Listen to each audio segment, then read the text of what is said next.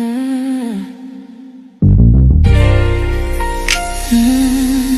100 degrees. Sip with me. I'll pour it hot, so hot. I'll pour it sweet, so sweet. Spilling his tea, spilling and sipping his tea, spilling and sipping his tea. Thanks for watching me, tuning in, subscribing, hitting that like, smash that like. I don't bite, no. It's your under degree, feeling great, spilling tea. Have a seat and join me. Sip some tea, unwind with me. Let's grab a snack and talk some smack. I'm your girl, I got your back. I got the news, I got the views. I bet you can't wait, I know you can't wait. Sip this tea, sip this tea. Spilling this tea, spilling and sipping this tea, spilling and sipping this tea, spilling this tea, spilling and sipping this tea, spilling and sipping this tea, spilling and sipping this tea, spilling and sipping this tea. Thanks for watching me, tuning in, subscribing, hitting that like, smash that like. I don't bite, no. It's your 100 degrees, shining bright. Set the stage, Hollywood dreams, red carpet scenes, glitter and glow, the secrets I know. Drama with flair, I serve it rare. I got the scoop, I got the proof. I know you can't wait, so come and escape and sip this tea. Sip with me, spilling this tea, spilling and sipping this tea, spilling and sipping this tea, spilling this tea, spilling this tea, spilling this tea, spilling this tea, spilling and sipping this tea.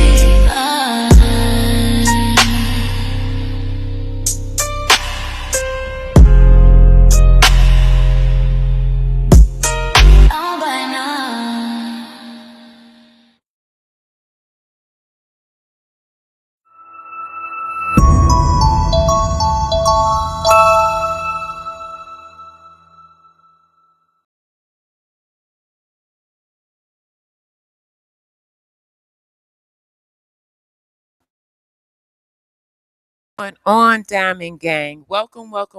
Happy Sunday, everybody. What's going on?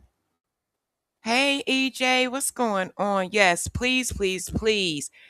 If you are following me on Rumble, hit that. Well, if you're not following me on Rumble, hit that follow button. I also have the great reactions on Rumble. Please, if you're not following both of those channels on Rumble, hit that follow button. If you are new to my YouTube channel, what you waiting on, subscribe. I do war updates, other political topics, along with celebrity gossip, okay? So I'm in two different lanes, celebrity gossip and politics. Tonight is going to be another war update. And guys, there's a lot going on. So we're going to be talking about a lot. Over the weekend, we were allegedly headed to escalate the war, and they've calmed down a lot. So I'm thinking we may be repositioning ourselves for a potential escalation, but we'll be going through that. Strikes between the U.S. and Israel, Saudi Arabia and the Houthis. Where's Israel? We'll be talking about that. Are we out of munitions? We'll be talking about that as well. We're getting low on munitions. And guess what, everybody? Ukraine struck an Iranian ship. So Ukraine has entered. Now, allegedly, they believe that it was on behalf of Benjamin Netanyahu, but there's no proof of that. Also, we're going to be talking about the U.S. service members that was removed from the Pentagon's official war casualty list. Okay. A lot of people's not happy with that at all. Okay. So we'll be talking about that as well. They were actually placed on a new category, and it's called overseas operations. I don't like that. Hey, David, I talked about the Tate brothers. I did a live stream yesterday on the Tate brothers, and you missed it. It did well on Rumble, but it didn't do so well. But you know what? It's evergreen content. So every time the Tate brothers trend, someone will look at that video. But I did it yesterday. Make sure you replay that, David. It was a good one. But welcome, welcome, welcome. But tonight it's going to be a war update. So it sounds like we may be in a little bit of trouble if we're running out of munitions. Okay. So some think that there's a halt and talks are going on because of that. And then some think that we're repositioning ourselves just in case we need to escalate. But I'm surprised Ukraine struck an Iranian ship. I am so surprised about that. But let's get into it, gang. Let me bring up my screen and we could get straight into it.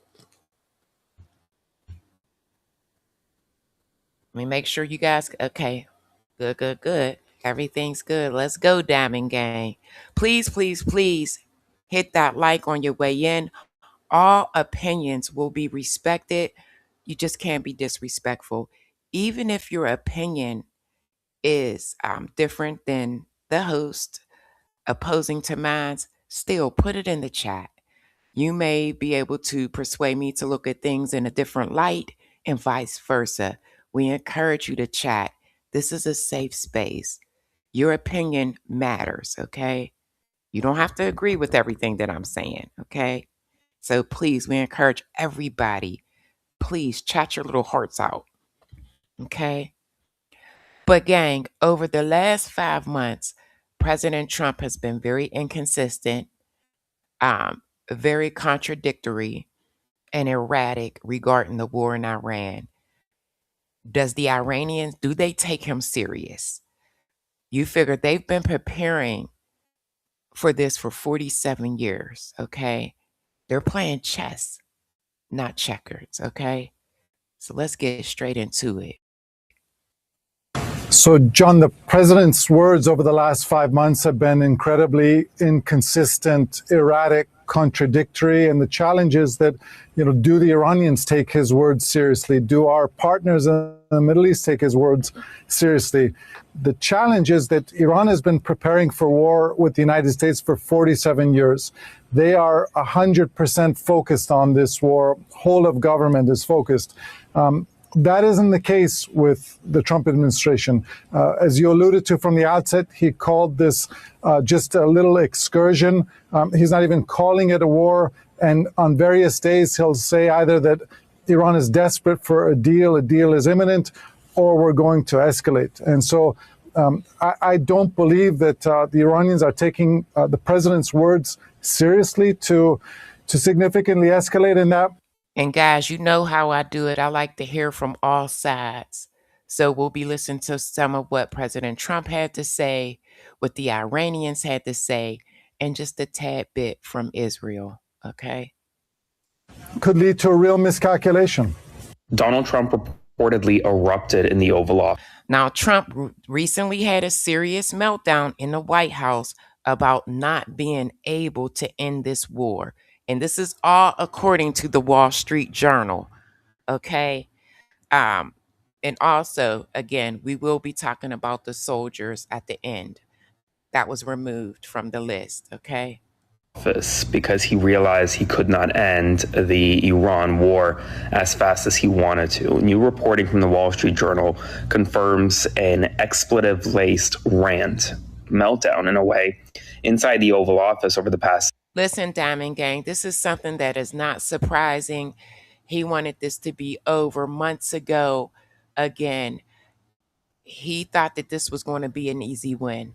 And right before I came on, gang, I've seen a couple of clips from Lindsey Graham, and it was basically Lindsey Graham speaking with Benjamin Netanyahu about joining Israel, okay? So we talked about this time and time again. He was one of the ones that convinced Trump that this was the right thing to do, along with Benjamin Netanyahu. He actually volunteered in this phone call with Benjamin Netanyahu to talk to President Trump. Okay? But let's go.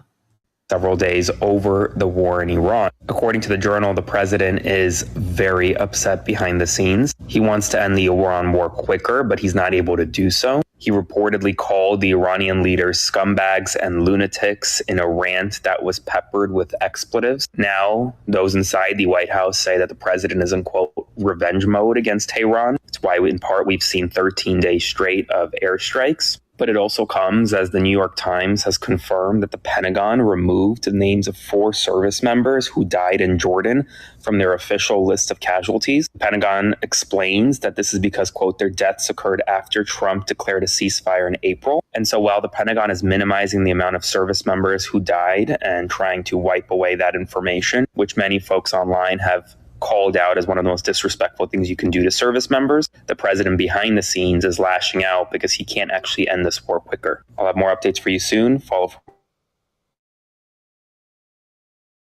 more. There is a new report where he exploded and went into full meltdown mode against Iran and its leaders, calling them scumbags and lunatics. It was described as Trump being in full-on revenge mode. This is a Listen, there has been talks. He is so desperate that he is even willing to go back to the MOU. Okay? When this is all said and done, I want to say this, and I've said this multiple times. Iran will have some type of control over the straits. According to new reporting in the Wall Street Journal saying Trump is losing his patience over the war with no clear end in sight, and he is weighing military options now, surging troops to the region, surging military aircraft, surging medics to the region. And here's the thing, okay? This bombing campaign to try to get them to the table, we've been down this road as well. This is not going to get them to the table. This is not going to get them to capitulate. This is not going to get them to talk, okay?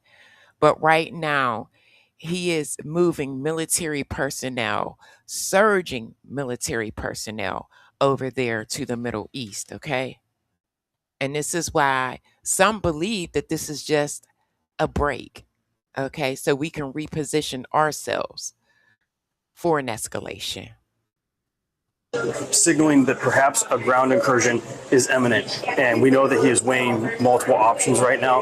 And he says that he believes that only Iran will respond to military force. He doesn't believe that diplomacy will work at this point. One thing is clear with all this, American public support is eroding along with stockpiles of munitions. And Trump needs the spending bill to be passed for the military and defense. But here's the deal, okay? The spending bill passed. The spending bill, it may not even come into play for months. So it could be, they said, the earliest December. So what are we supposed to do until then? Otherwise, this is going to come to a screeching halt here pretty soon, one way or another. Let me know what you guys think about this in the comments. Like, share, spread the word, follow along for more, and I'll see you back here for the 411. Well, Iran has a... So the the bombing is not working. The blockade has stopped Iran from responding. We talked about this. It has not, stopped Iran from responding.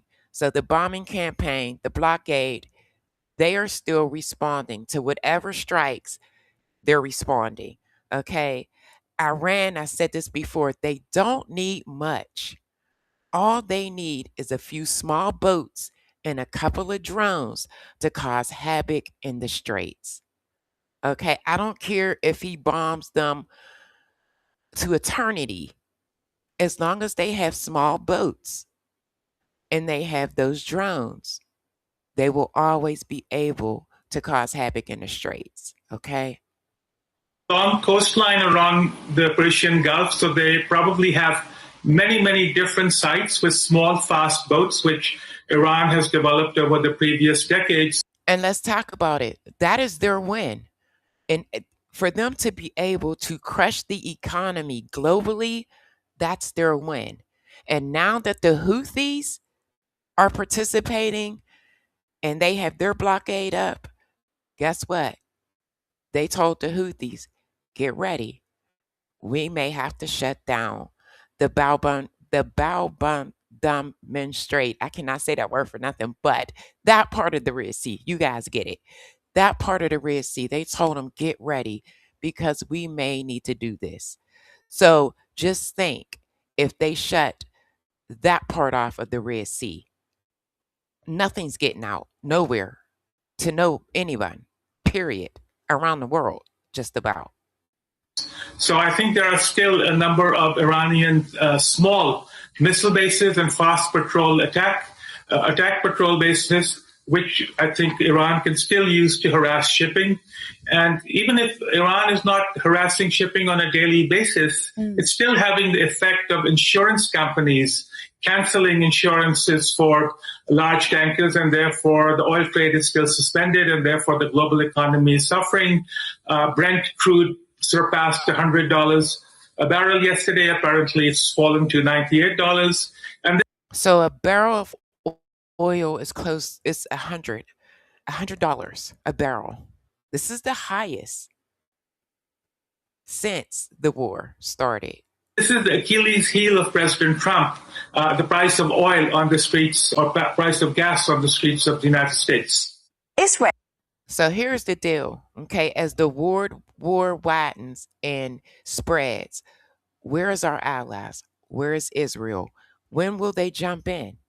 Are they waiting for it to escalate? Because they haven't been very vocal. Will it be a coordinated attack? That's a huge possibility. Has been largely quiet. We actually haven't seen anything from Israel. They haven't been involved in this. And I was wondering why you think that is. Well, certainly, the Israelis are not going to preempt unless it's going to be in a much larger confrontation, potentially along the lines of what we saw in the 12-day war in 2025 and the 40-day war in 2026. I think the Israelis will, however, return fire like we saw with the June 7th strikes by the Islamic Republic, where I think in total they fired 30 medium-range ballistic missiles from Iranian territory to Israel. And Israel responded harshly and Israel responded heavily, and that stopped the regime from again firing missiles at Israeli territory. But the war is widening. The political risks are growing. I think it's a good thing that President Trump and Prime Minister Netanyahu are meeting. I think any daylight between. And it's so crazy, guys, because I told you when I first started that Ukraine hit an Iranian ship. President Trump actually threatened Russia and China and told them they better not get in it. But again, Ukraine hit an Iranian ship. The U.S. and its regional partners, whether it's the Saudis, whether it's the UAE, whether it's the Kuwaitis, whether it's the Israelis, whether it's anybody, the Jordanians in the region, will only redound to the strategic and political benefit of the Islamic Republic. So it's a good thing that they're meeting. The question is, will their meeting beget another wider round?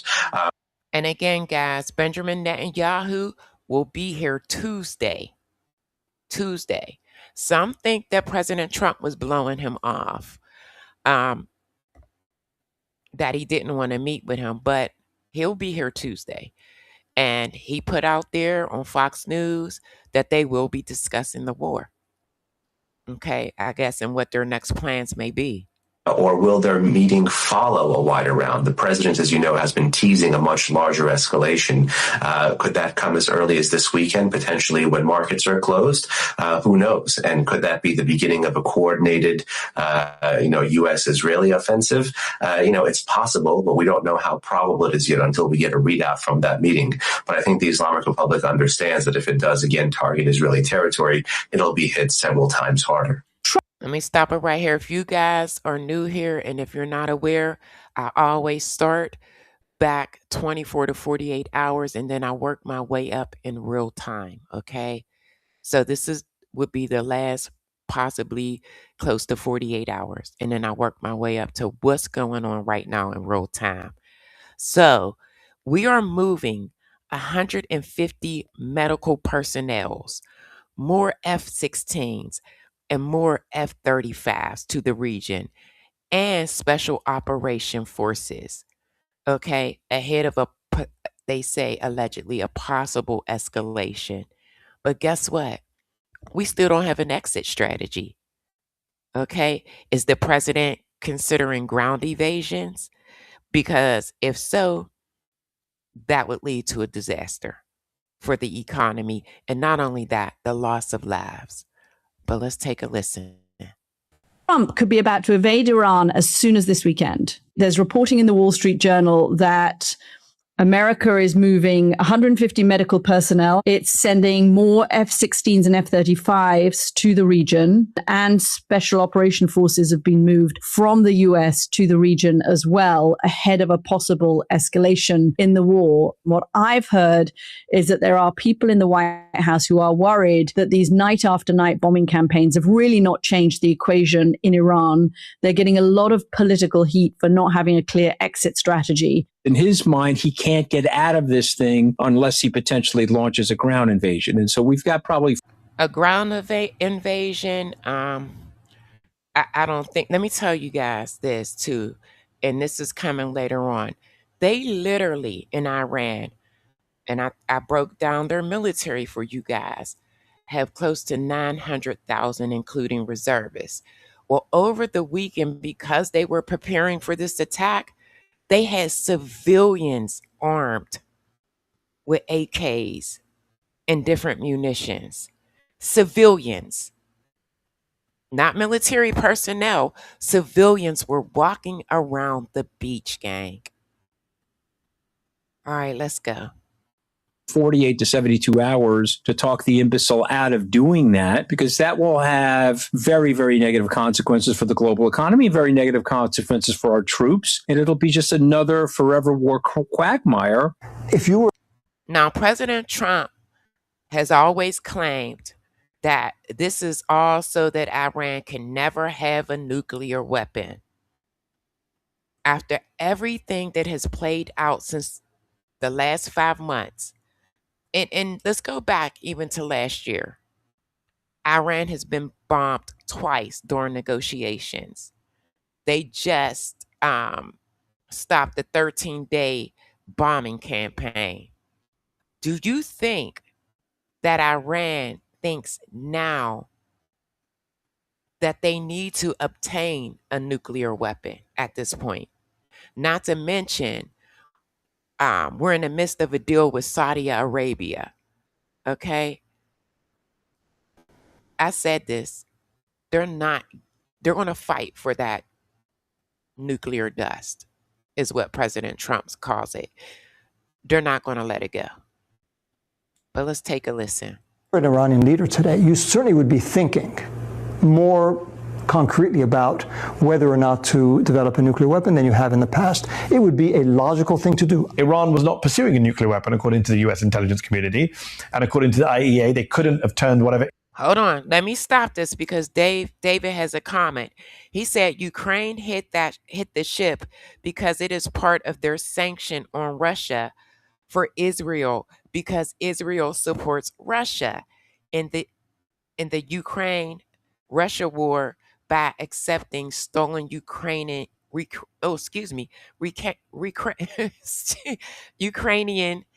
grain ships. Okay, so grain ships. What? I believe, David, that it was struck on behalf of Israel. Yeah, I do. But I didn't get any details in regards to the grain ship. I didn't get any. Uranium they had into a weapon in weeks or months. You were one of the lead negotiators on the JCPOA under Barack Obama that was signed in 2015. There's been a lot of criticism of the JCPOA. Let me stop it right here. David had another comment. Israel is quiet because America is doing all the dirty work for them. Guys, I showed you a piece, the last war update. They said that they are okay with what's going on. They had no interest in getting involved in this 13-day bombing campaign. So what I'm thinking is, are they waiting for it to escalate or what? All right, but let's go. Including from some Democrats. Famously, Chuck Schumer didn't vote for him, current Democratic minority leader in the Senate. But if he signs a deal tomorrow, the makings of the deal are there. It was already there in Oman just before the war began. Is he going to be able to say, well, I got a better deal than Barack Obama did? You know, it's going to be a very different deal because the situation is very different. Listen, if somebody asks me, I'm not going to. Let me state this. He has said time and time again that we are going through this because of the previous deal. Okay, I beg to differ. Tearing up the original agreement that was in place without putting anything in place got us where we are now. Okay, because that left Iran to do whatever they want. You tear the deal up, you remove the inspectors. We have no insight. So you tear the deal up without putting one in place. So they had a lot of time to enrich, a lot of time. However, intelligence debunked what was being said. They said that they were not close to having a nuclear weapon. All right, but let's get into this.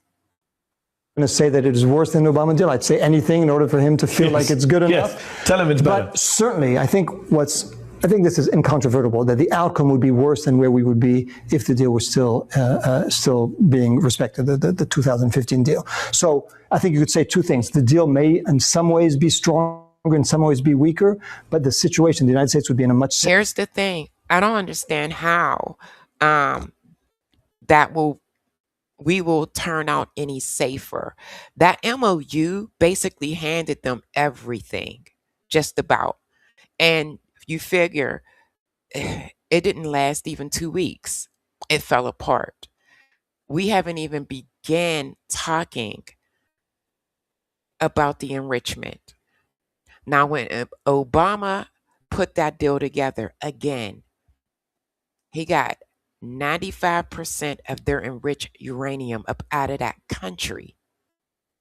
He allowed them to have a small nuclear program with inspectors and inspections.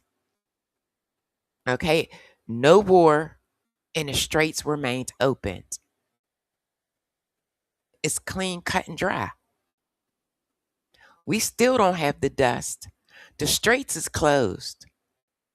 And we've been in this war for 5 months now. We have not accomplished not one objective.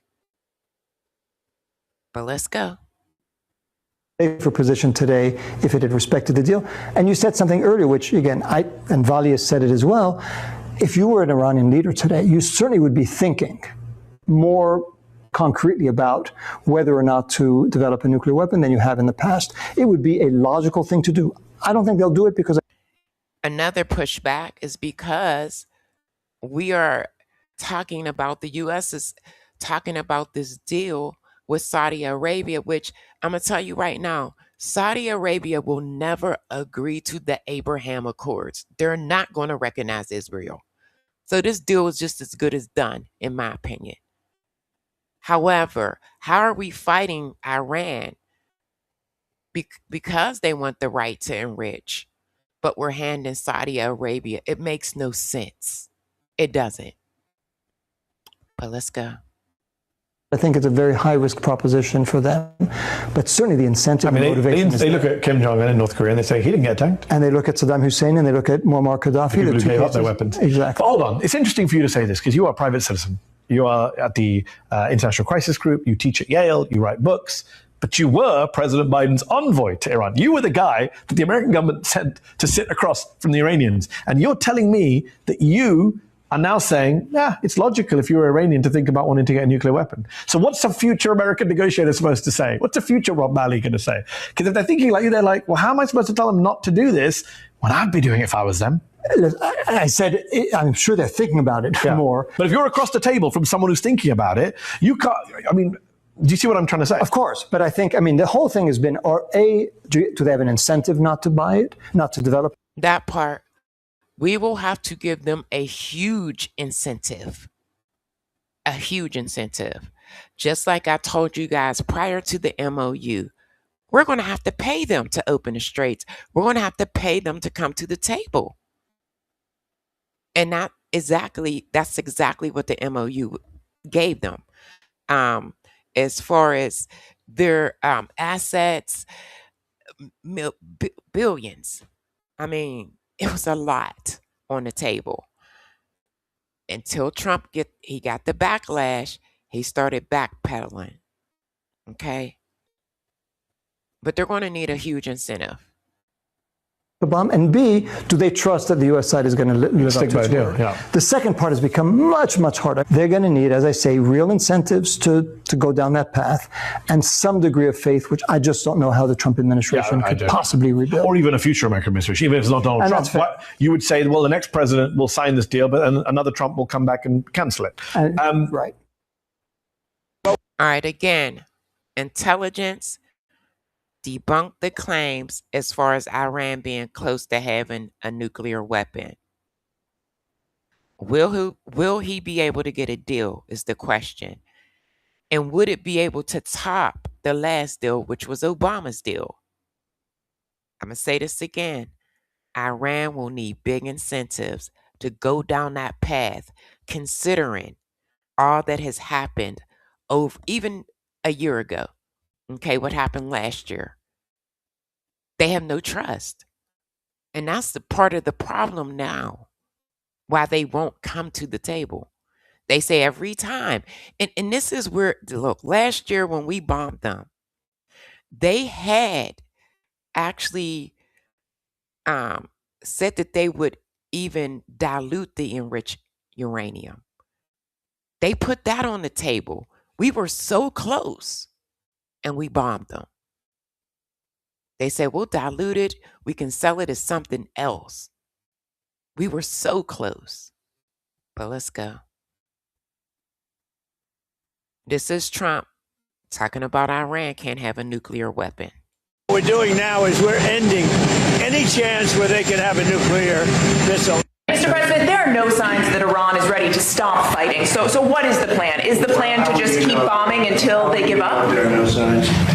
Listen, at the end of the day, he keeps saying that they want to deal so bad. I'm going to be honest. I think that this is an unwinnable war for the U.S. I don't think the Iranians will capitulate. The threats and the intimidation tactics, it's not working. It's not working at all. What, you know something that I don't know? And they want to make a deal. But I say they're not ready to make a deal. We want to get it over with, and we want to do it right. But we have to do what we came to do. I think they're getting more and more serious as the days go by. For maybe the obvious reason. But we are talking. Shout out to Oman.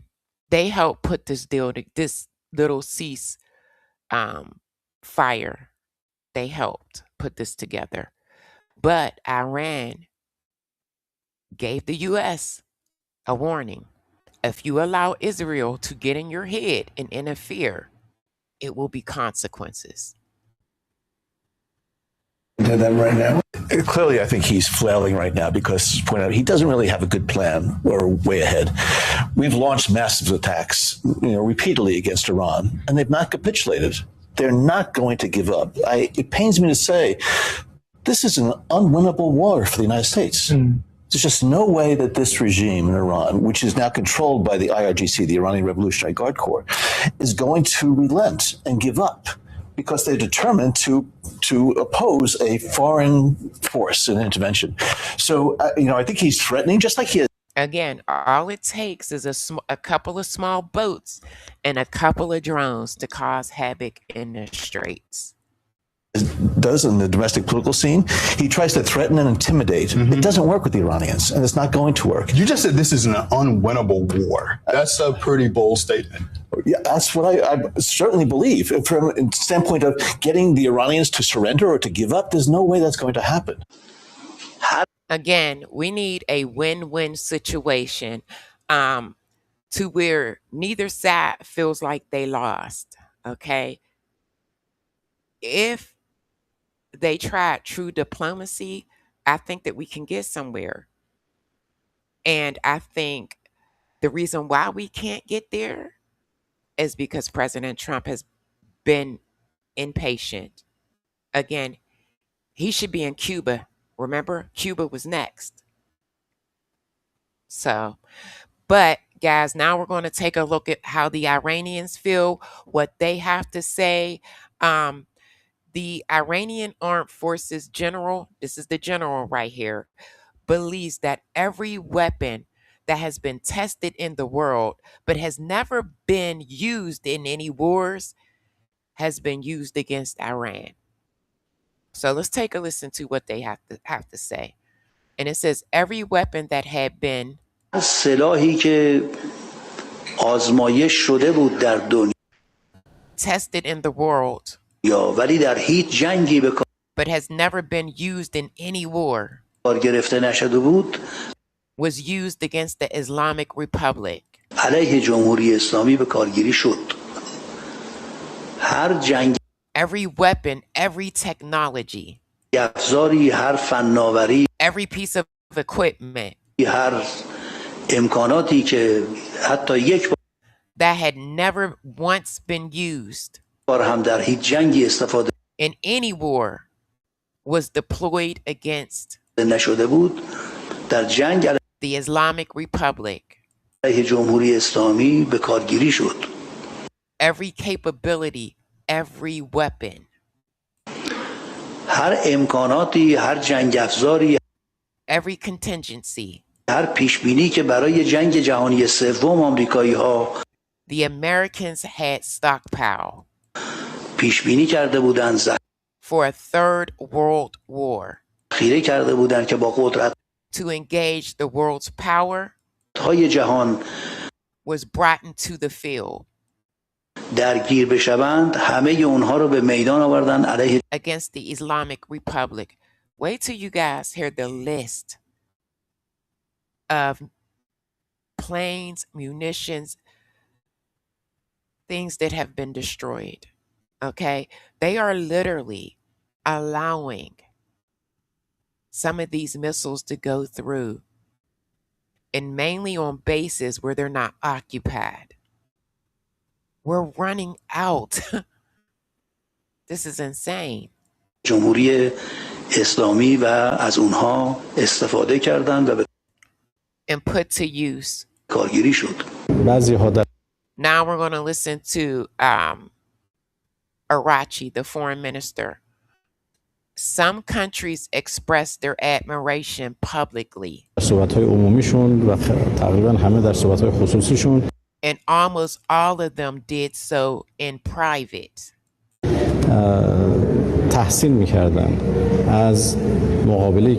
For Iran's response to the United States and the Israel regime. ایران در مقابل به اصطلاح آمریکا و رژیم صهیونیستی نشون داد و تونست. And for demonstrating that it is possible to stand up to these powers. به اصطلاح نشون بده که میشه در مقابل قدرت‌ها هم ایستاد. یکی از وزرای One foreign minister told me today that very few countries in the world خارجه امروز به من گفت که کاری که شما کردید کمتر کشور would be capable of doing what Iran has done. در دنیا قادر هست که انجام بده و خیلی با تحسین He spoke with great admiration about it. یاد می‌کرد. این بحث‌ها وجود داره. These discussions have taken place and thankfully. و الحمدلله موقعیت جمهوری The position of the Islamic Republic of Iran is now far stronger. اسلامی ایران الان به مراتب بالاتر و and more influential than it was before. قوی‌تر از گذشته است. ما از این جنگ We emerge from this war with great strength. با قدرت بیرون آمدیم. در ادامه God willing, we will move through the next stage. هم با قوت بیشتری انشالله این مرحله رو به with even greater determination. پشت سر خواهیم گذارد و مهم این What matters is the Islamic Republic of Iran است که الان جمهوری اسلامی ایران به عنوان سمبل is now recognized as a symbol of strong, steadfast, and resilient nation. یک کشور قوی و سرسخت و مقاوم شناخته شده و And this is the path we will continue to follow in the future. این مسیری هست که ما در آینده هم ادامه خواهیم داد. بین ما و There is currently no problem آمریکا الان مشکل میانجی وجود نداره. of mediation between us and the US. میانجی هست، پیام ها تبادل میشه، دیدگاه ها به هم There are mediators. دیگه میرسه. آنچه که Messages are exchanged. Oman did this, guys. Oman. مشکل هست، And viewpoints reached one another. مشکل رویکردهای آمریکا What is problematic is the approach. Pay attention. هست که همچنان رویکرد Of the United States, which remains a bullying قلدرمآبانه و زورگویی هست. جمهوری اسلامی and coercive approach.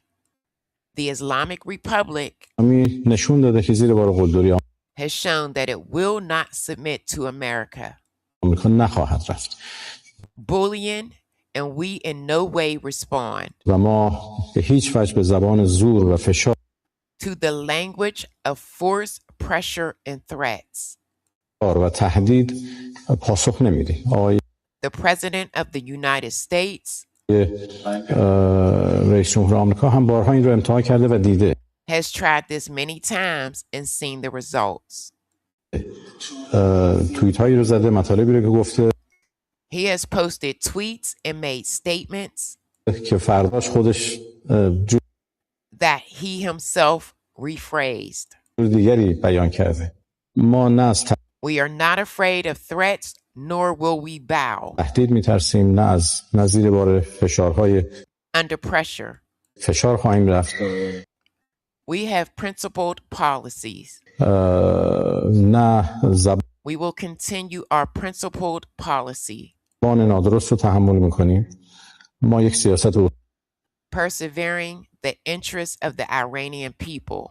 اصولی داریم، به این سیاست اصولی خودمون ادامه میدیم. حفظ منافع مردم Preserving the rights of the Iranian people.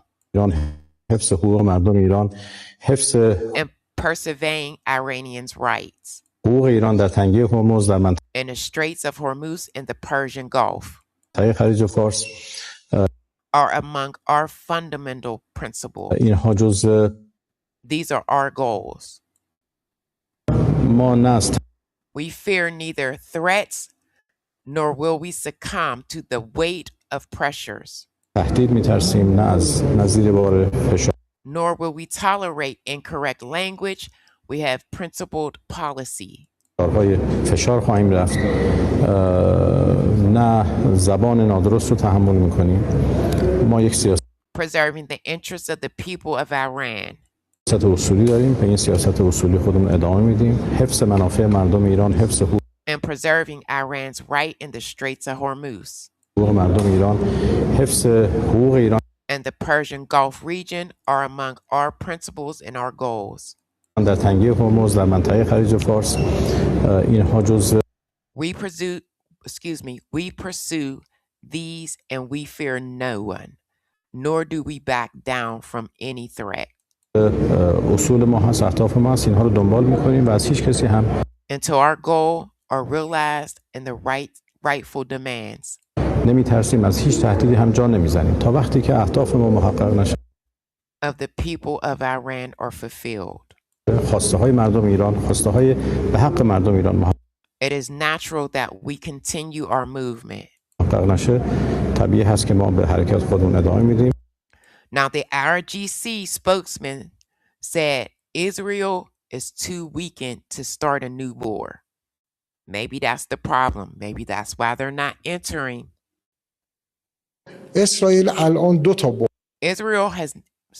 Israel now has two fronts. One is its internal situation. The other, its propaganda front. In propaganda, they claim they are preparing for another war. بیان میکنه من آماده دارم میشم و جنگ دیگه and that their work in Iran is not finished. و ما کارمون در ایران تمام نشده و فلان اینا حرفاییه که They were saying the same thing even before the 12-day war began. میزنن حرفاییه که قبل از حتی شروع جنگ 12 روزه هم میزدن. اما But the second front is Israel's internal reality. یه چهره دوم واقعیت داخلی اسرائیل. واقعیت Israel's internal reality is very messy and troubled. داخلی اسرائیل اونقدر به هم ریخته و مشکل داره این تمام that we do not see the capacity for another major attack. اون رو ما درش نمیبینیم که مجدداً بخواد این کارو بکنه.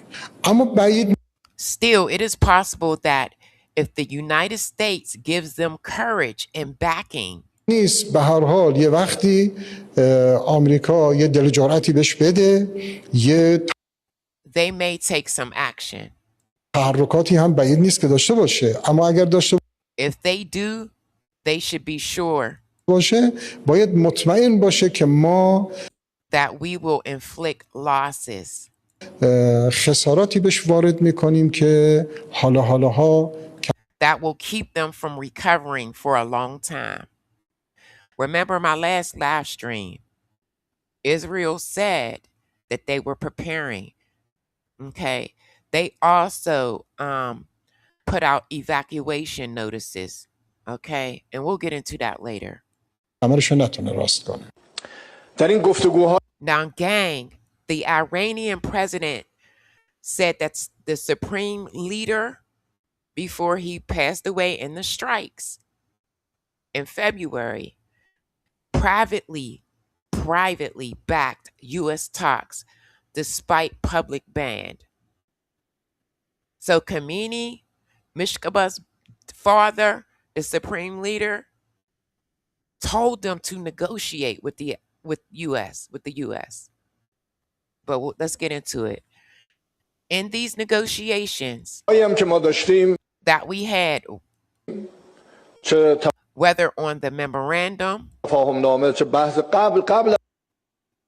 or issues before, after the 12-day war, well, the martyred supreme leader publicly said in his statements that we would no longer negotiate with the United States. That went too far. Fast. He aired those statements. We met with the supreme leader. Explained the situation and told him, you yourself said that neither war nor peace situation is not good. Hold on, guys. For the country, what should we do? He instructed us, go and negotiate. So he told them to go and negotiate.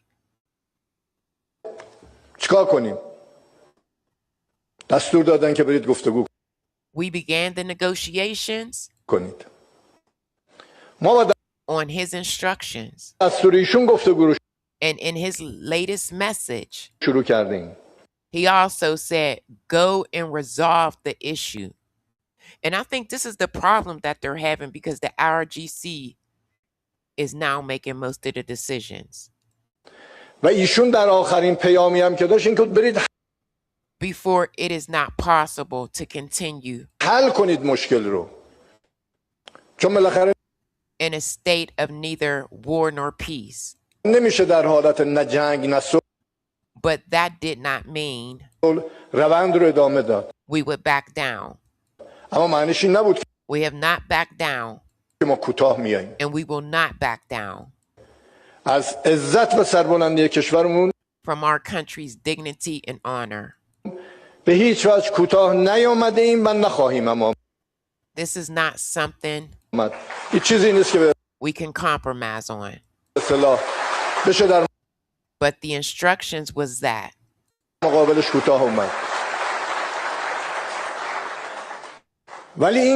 we should sit down and negotiate to resolve our problems. And even now, despite all the difficulties we currently have in gaining access to speak with the Supreme Leader, Mujtaba, the steps that have been taken under the guidance and instruction of Khomeini.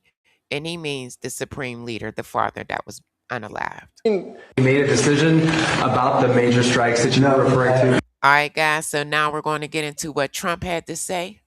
And then I think I have a piece with Benjamin Netanyahu on this war. Okay, should we expect to see major strikes? Look, we're talking to them right now.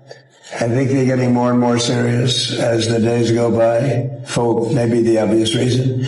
But we are talking to them right now. Look, there are two ways. I consider that the smarter way, but the other is probably the easier way, doing what we're doing. And we can take that to a much higher level if we want to. You know, we're prepared to do that. As you know, we're locked and loaded. Again, he said that they are locked and loaded. So it's on what you believe. Are they taking a break and repositioning to escalate? Or are they taking a breather because we're out of munitions? This is what this live stream is all about. We're locked and loaded and ready to go, but we're talking to them. So I think while we're talking, we'll see what comes of it. And again, Oman rushed to put this together. I believe, Jeff, they're very serious. They should be. At what point with Iran do you think they're going to cry uncle and actually come to the table? Well, maybe they will cry uncle, or maybe they'll just give up, or maybe they'll just go into a cave and hide. You know, they have caves very deep in the ground and they can hide. They get shaken up pretty good, but they can hide. But we've taken out. That is true. I showed you guys the last live stream where IRGC basically confirmed that they do have caves. Their first level of leadership. We've then taken out their second level of leadership. We've taken out some of the third level. And we're negotiating with the rest. And we'll see how it all works. And right now we are talking to them seriously. But, you know, I've talked to them before, and they don't seem to be able to get there. Maybe now they will. But, you know, look, if I thought they were anywhere near getting a nuclear weapon, if I wasn't elected, Israel would, in my opinion, not be around anymore. They would have been hit by a nuclear weapon. And that includes right at the beginning with Barack Hussein Obama's. Again, here he goes, criticizing this deal that he tore up back in 2015, leaving them with no deal in place, allowing the Iranians to do whatever they wanted. Okay, that deal, tearing up that 2015 deal, removing those inspectors, is why we are where we are right now. Okay, but let's go.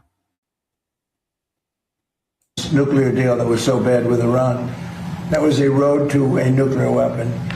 And maybe even more so the B-2 bombers. If that plane right there, that plane. Well, let me stop this. Hey, MT, how are you? You said if we had smart strategy, we might get that win-win. Yeah. Thank you for coming through. Beautiful plane. The wing, it carries the largest bombs in the world. If that bomb didn't go over their 17-hour flight, and it hit every one of those bombs, hit their target, and the target was an air shaft at 2 o'clock in the morning. It's hard to believe, right? Going at very tremendous speeds. Every one of them hit and blew it to hell. If that didn't happen, they would have had a nuclear weapon, and there would be no Israel. If I wasn't here, if I wasn't president, there would be no Israel, and there probably would be no Middle East. And you saw that when they shockingly started shooting at everybody all over the Middle East. If they had a nuclear weapon, they would have used that. There might not be a Middle East as we know it today, but there definitely, in my opinion, there would not have been an Israel. Thank you very much, everybody. Thank you. We're talking about blowing up. No, gang. He said he was going to blow up infrastructure. But again, he said he's not going to. Listen, he didn't want to answer this question. Civilian power plants and bridges. Much of the civilized world would consider that a war crime. Do you? I won't respond to that question. Who are you with? The New York Times. I figured so. Failing New York Times. I think he said the failing New York Times. Okay. So again, Benjamin Netanyahu will be here Tuesday. He spoke to Fox News this morning. Let's take a listen because he claims that he is in line with what President Trump wants to do. Okay, let's listen. It will. What will it take? It will take that for Iran to understand, either for this regime to fall, or for Iran to realize that the cost of wreaking economic chaos to the world, murdering its thousands of its own citizens, and shooting at everyone. I mean, literally at everyone. At Saudi Arabia, at Bahrain, at Qatar, at Kuwait, at the UAE, at Israel, at Jordan, every single one. I mean, this is what this regime is doing when. But what are they targeting? What are they targeting when they're hitting these other countries? U.S. bases. What did they think that they were going to do? Okay, let's go. They don't have nuclear weapons, so imagine what they would do if they had nuclear weapons. I think when this regime is either toppled or it's sufficiently weakened that it knows it has to end its nuclear program and has to change its course. That's really what President Trump is trying to achieve, and I back his fully his efforts to do so. If he can do so without returning to intense military fighting, that's fine. Again, guys, right before I came on, okay, someone was actually documenting Lindsey Graham's life. He was literally on a phone call offering to speak to President Trump on behalf of Benjamin Netanyahu about joining in with Israel to bomb Iran. I kid you not. The next time I go live, I'm going to bring that piece. They claim they didn't know that these calls were being recorded. I'm assuming that Lindsey Graham knew if he had this person recording him. But I'll bring it the next live stream. They convinced President Trump to do this. It's been said time and time again. Why not? But one way or the other, they have to end their nuclear program. And with a deal or without a deal, that has to come to an end. Hey, this is breaking news. The Wall Street Journal is now out with an exclusive report saying earlier this month, both Bahrain and Kuwait carried out direct strikes on Iran. There'd been a Listen, guys, the back and forth is insane to try to keep up with, but I tried to keep up with them as much as I could. So, Bahrain and Kuwait struck Iran directly, okay, in retaliation. So it's a little bit of everybody entering now, okay? You have Saudi and the Houthis. You have Kuwait and Bahrain firing. Iran firing at every military U.S. Base. You got the U.S. striking at Iran. And now Ukraine struck an Iranian ship. So this war is definitely widening. A lot of speculation that Arab states may have struck Iran, as there were some attacks that were unaccounted for and unclaimed earlier this month. Follow for the latest breaking news updates on the situation with Iran. In a video verified by CBS News, a drone likely fired by Iranian local proxies streaks across the sky in northern Iraq before it's shot down in flames by U.S. air defenses. One of 5 intercepted drones aiming for the airport in Erbil. And listen, guys, this piece right here, remember he was so upset that he couldn't get in the plane that was gifted to him? Well, guess what? They found out those threats were credible. They were plotting. The IRGC was plotting. So those threats were credible. So, him getting on the old plane saved his life. The main U.S. airbase in Iraq. U.S. Central Command has been giving daily updates along with videos said to show multiple airstrikes targeting Iranian assets in an attempt to break the siege of the Strait of Hormuz. And while President Trump hasn't walked back his threat of a massive attack, he said he remains open to talks when asked about an exit strategy. There's a military exit where we just keep going just the way we are, and we can even make it a heavier dose, and it's knocking out everything they have. Or there's a smarter strategy, and that's you make it. Earlier today, the U.S. is still going on as far as the straits, the back and forth a little bit. It's not as calm as people would believe. The U.S. fired and disabled an oil tanker in the Gulf of Oman, trying to breach the U.S. blockade. So it's not as quiet as we think it is. Deal, and they want to make a deal. But CBS News has now learned that the Secret Service's decision for the president to take the old Air Force One from the NATO summit in Turkey earlier this month, swapping the new one donated by Qatar he flew in on, followed a credible plot by Iran. Bingo. It was credible. Remember, they didn't know if it was credible or not. Well, intelligence is credible. So thank goodness he got, they forced him to get on the old one. Or its proxies to fire a missile at the plane. Analysts say the new plane still lacks the sophisticated defensive capabilities of old Air Force One. Meanwhile, with vessels still stranded in the Strait of Hormuz, Iranian-backed Houthi rebels in Yemen continue to lay siege to the Bab al-Mandeb Strait, shutting down transit through the Red Sea, which sent oil prices soaring to $100 a barrel this week for the first time since May. Now, escalating tensions even further, U.S. Central Command says American forces fired on and disabled an oil tanker in the Gulf of Oman after it repeatedly attempted to breach that U.S. blockade. U.S.-Iran attacks may have. So again, you got U.S. bases in Kuwait, Bahrain, and Jordan that was struck. You got Saudi Arabia and the Yemen Houthis trading strikes. This is a roundup of the back and forth. Okay, guys? Slowed down, but tensions continue. Trump says the U.S. is locked and loaded even as Iran returns to talks. And Iran's military targets U.S. bases in Kuwait, Bahrain, and Jordan. Meanwhile, Saudi Arabia and Yemen's Houthis trade strikes, adding to fears of a wider regional war. Here's everything you need to know about the past 24 hours. Well, the whole Middle East is preparing for the possibility of a big weekend coming up here, with President Trump leaving the door open for a military escalation, though saying he has not committed to one.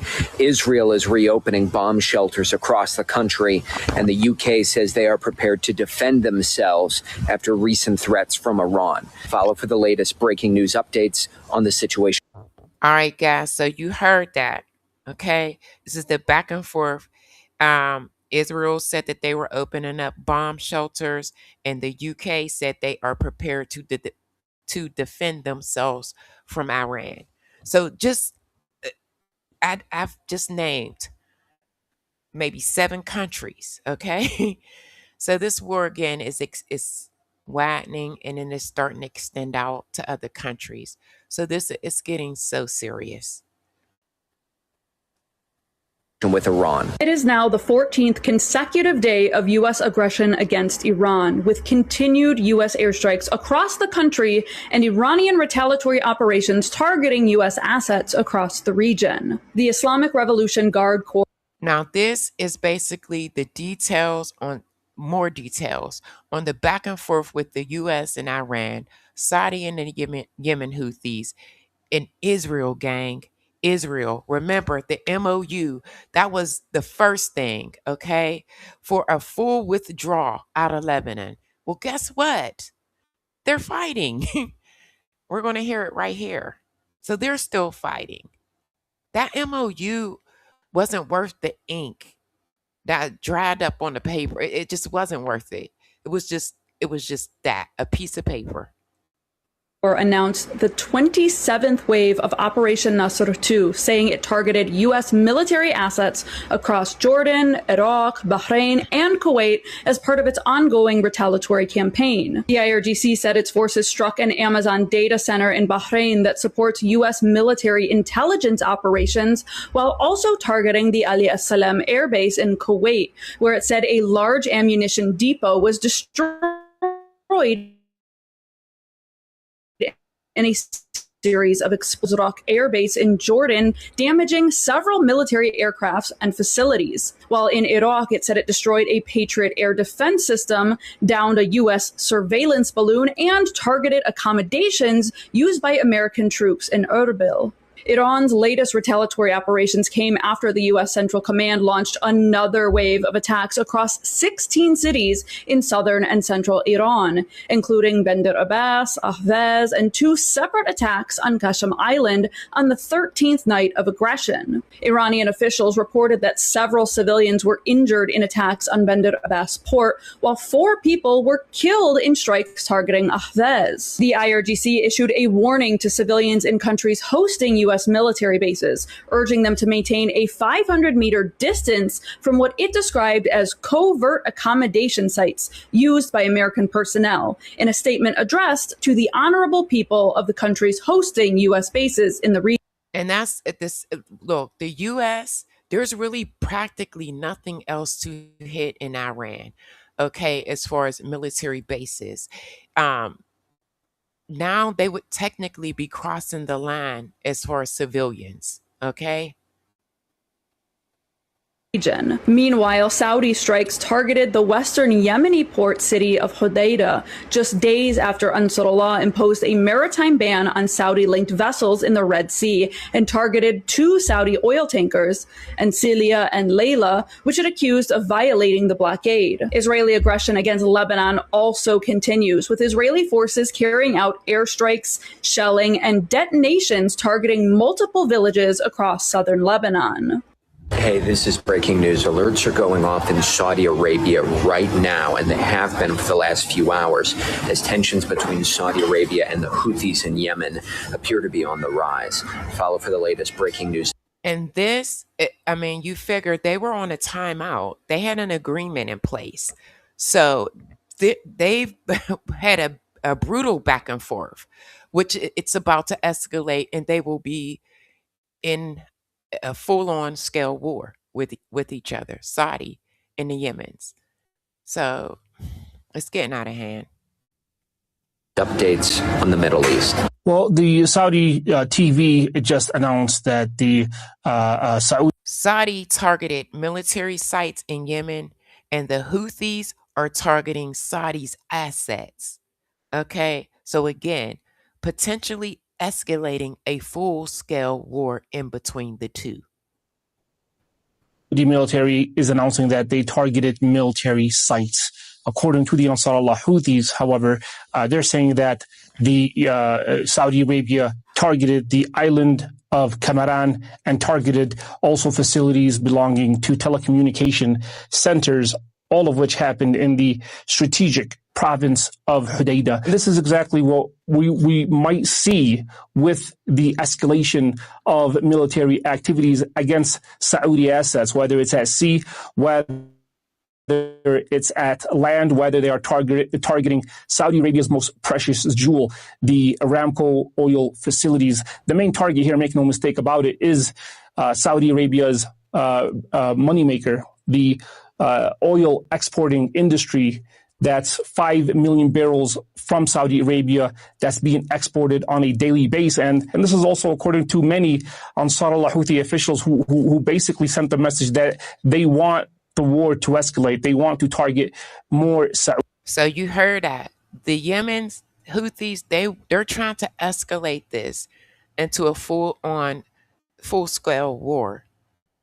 Saudi assets, and it looks like it's not just going to include imposing the blockade. This is going to perhaps lead into a full-scale war between Saudi Arabia and the Yemeni group, just as it happened in from 2015 to 2022. Bingo. From 2015 to 2022, they were in a full-scale war, okay? They finally took a pause, signed an agreement, and now it's back on with them. And again, the Houthis wanted to escalate to a full-scale war. It looks like history is going to repeat itself unless negotiations can de-escalate the rising tensions. Now, guys, there's a pause going on. Maybe it's a 48-hour respite while the U.S. reposition. Some experts believe that we are gearing up. Again, Trump will be meeting with Benjamin Netanyahu Tuesday. And again, some believe it's because we're out of munitions. And we will be getting to that segment of this live stream soon. The big attack on Iran soon? I do. I think he's flooding assets into the region. I kind of see it happening within the next few days. We're on the cusp of the president expanding the attacks against Iran. This may be a 24 or 48-hour respite while U.S. forces reposition, prepare. Listen, we moved in 150 medical personnels, more F-16s, and F-35s to the region and special operation forces. So what do y'all think? What do y'all think? Replay gang, if you rewatch this live, let me know what you think. Are we taking a break or is it because we're out of munition? Reload, etc., for something much bigger. Developing news coming out today, July 25th, 2026, as we're hearing that the president is preparing. He is locked and loaded for a major attack. And we saw the first time after 13 consecutive nights, we saw a halt in U.S. attacks. Now, what we're hearing is, and I'm going to be playing for you the video footage, experts are saying this is not the United States letting up. What this is repositioning. The United States is preparing and setting the... Mitch said, World War starts like that. Yeah, they say this may be 3. board to do the largest attack we have ever seen on Iran, as it does not appear there is any glimmer of hope for peace moving forward. Now, let's go ahead and dive into the latest video footage and articles so that way you can see it for yourself. Take a look. Hold on. We're locked and loaded. Trump warns the U.S. Let me stop this. David said Pakistan promised to protect Saudi. Where are they? Out of ammo. David said out of ammo. That's what I think. But guess what? Iran said they're not trusting it. They believe that the U.S. is preparing for the next escalation. So we will have to see. But let's go, Diamond Gang. is ready to escalate the Iranian war. And you can see the date on this today, July 25th, 2026. Take a look. Trump pauses Iran strikes as the U.S. weighs its next move, but warns full-scale war could return. And we're hearing this is likely the route that we're going to be going here. New satellite imagery also is showing that Iran is quickly rebuilding. So not only is the United States repositioning, but we're hearing during this time of a ceasefire, MOU, the IRGC has been busy working a way to reposition as well. So neither... Listen, they said that they're ready. And I got a piece from the IRGC in here. The last live stream, they are launching these missiles, okay, with drones to block the air defense systems. So, and they said that these missiles that they have is something new. So... side moving in the direction of peace, just all out escalation and further war. Now, this comes as I shared with you just yesterday. We had heard that President Donald Trump met with his cabinet over whether to intensify the Iranian strikes, and we're hearing that the pause in the attacks is not going in the direction of peace. It's regrouping and repositioning for a major escalation. But here's the thing. This is what I hate for the U.S. That it's even out there that we're out of munitions. I hate that for us because now Iran knows. And take a look. We're also hearing that Iran-backed Houthis, they have fired missiles at Saudi Arabia in a response to airstrikes in Yemen, as this war is not only intensifying but expanding, now including new players. And Iran Guard says they have stopped 4 ships trying to transit the Strait of Hormuz. The Strait of Hormuz is still not fully functional like we saw prior to the war. And Trump is going to be meeting with Benjamin Netanyahu on Tuesday amid Iran escalations. We had heard Netanyahu say, just give us the word. Within 2 minutes, we will be ready to drop bombs. Now, Donald Trump saying we don't need you on this one.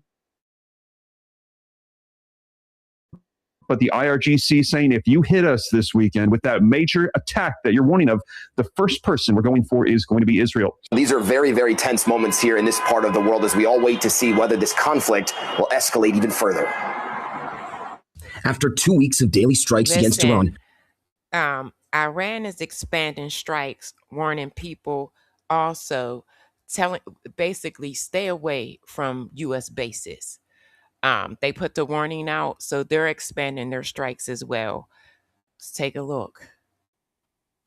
President Trump meeting with top advisors at the White House to discuss his options, including whether to significantly escalate U.S. military action, according to sources familiar with the matter. We can even make it a heavier dose, and it's knocking out everything they have. Or there's a smarter strategy, and that's you make a deal. The president threatening to take Iran apart, quote, piece by piece, unless they come to a deal. They want to be the tough guys, but they do want to make a deal. But 2 weeks after the end of the ceasefire, Iran showing no such signs publicly, instead expanding strikes across Bingo, expanding, guys. the region, launching a wave of drone attacks against U.S. targets. Smoke seen near a base in Iraq where U.S. forces are deployed. And again, Iran has told the Houthis to be ready to shut down the Bab al-Mandeb Straits entirely if the U.S. escalate. So just imagine if they cut that part off. All right, you got the Saudi side, Iran side, and then the Bab, I hate saying that word, Bab al-Mandeb side, okay? That would be a massive hit to the economy, okay? Also, again, Trump warned China and Russia not to get involved, saying that it would be bad for them if they get involved. So again, this is escalating. Bahrain, Kuwait, and Jordan also intercepting Iranian incoming fire. Iran telling local civilians in those countries to stay away from areas housing American military personnel. The U.S. military retaliating, once again hitting drone sites near the Strait of Hormuz. This as the war shows signs of further escalation in the Red Sea. Saudi Arabia launching new strikes against Houthi rebel targets in Yemen overnight as the Iran-backed rebel group targeted another Saudi tanker in the sea. There's real concern here along the Red Sea after multiple Now take a listen to this, because this is about the Houthis closing off another part of the Red Sea. the attacks on Saudi shipping. Fear is that if the Houthis and the Iranians decide to close the Bab el-Mandeb Strait, it would be another massive hit to the global economy. Gas prices already now up above $4 per gallon nationally and rising as President Trump warns China and Russia to not get involved, saying in a post it would be very bad for them. Okay, so he threatened China and Russia. Ukraine hit Iran. The back and forth between the U.S. and Iran. The back and forth between the Houthis and Saudi Arabia. And then we still have Israel and Lebanon. It's a lot going on, guys. You know, we can't really overstate the effect of what's going on in the Red Sea as it comes to American bottom lines. If those tanker attacks keep happening, if that key strait there in the Red Sea is eventually closed, the effects could be catastrophic for gas prices in the United States. The United States government is actively running out of military weapons. You heard that correctly. Now we're about to get into the munitions, guys. So let me know what y'all think, guys. They're running out of munitions as a result of the war in Iran.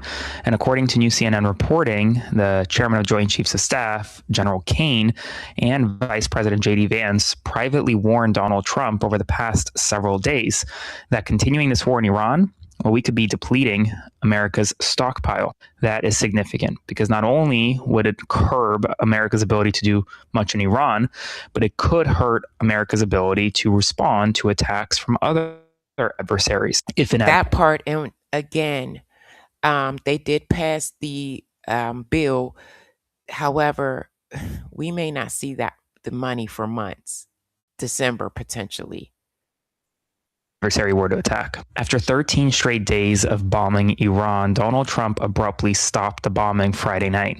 And then he stopped it again Saturday night, last night. And now we're in Sunday, and it looks as though, because of the munitions stockpile issues that the United States is having, we may not have much more bombing of Iran soon. But this is a major story not getting much coverage. Spread the word, follow along to stay up to date on all the news you need to know about. ABC News exclusive tonight. With attacks between the U.S. and Iran escalating, new details. Now, gang, we're going to get into the U.S. military intentionally allowing projectiles through the defenses. And again, they're only allowing them for the bases that are not occupied. They claim that they are making sure, that they are protecting our soldiers, striking them down on the bases that are occupied. But let's take a listen. About why the military is intentionally letting some Iranian missiles through their defenses. Our Courtney Kuby has that tonight. Courtney, what do we know? Yeah, Hallie, two senior U.S. officials tell NBC News that military commanders are allowing some Iranian missiles and attack drones to get through air defenses amid an effort to preserve the Pentagon's shrinking supply of missiles to shoot them down. Now, Iran has fired nearly 9,000 projectiles since the war began, and U.S. officials insist they fire interceptors at anything on track to harm U.S. troops. But in some cases, missiles and drones bound for areas without troops can be let through even if they could inflict damage on base infrastructure, including ones that would have been shot down in the past. Hallie? From there, we move to MS Now contributor Inzamam Rashid, who's joining us from along the Strait of Hormuz in the UAE. So what are you seeing and hearing from the region, Inzamam? Well, let me just pick up on that point from Jake about the fact that the Omani team showed up in Iran with talks of potentially opening the straits again. So they claimed that real progress was made. All right. But listen to this. The Iranian oil minister claimed that Iran made over $18 billion since the start of the war in February. $18 billion. And not to mention, we did release some of their frozen assets. But let's take a listen. Nights of US strikes on Iran and then the Iranian retaliatory strikes to the Gulf nations. And I do find it incredibly interesting that there wasn't a 14th night. And I've been trying to go through some of the reasons why that could have been. And I've got three reasons for you, Alex. One could be the fact that... Okay, so the three reasons, that he's about to come up on is that, number one, there's no more military sites left inside Iran without hitting civilian sites. And I just told y'all that. So they got to kind of be careful. They don't want to cross the line. War crimes, right? Trump could be gearing up for another major attack. All right. Or there may be some type of diplomatic breakthrough. I think that three things can be true at the same time. I think all three of these can be true at the same time.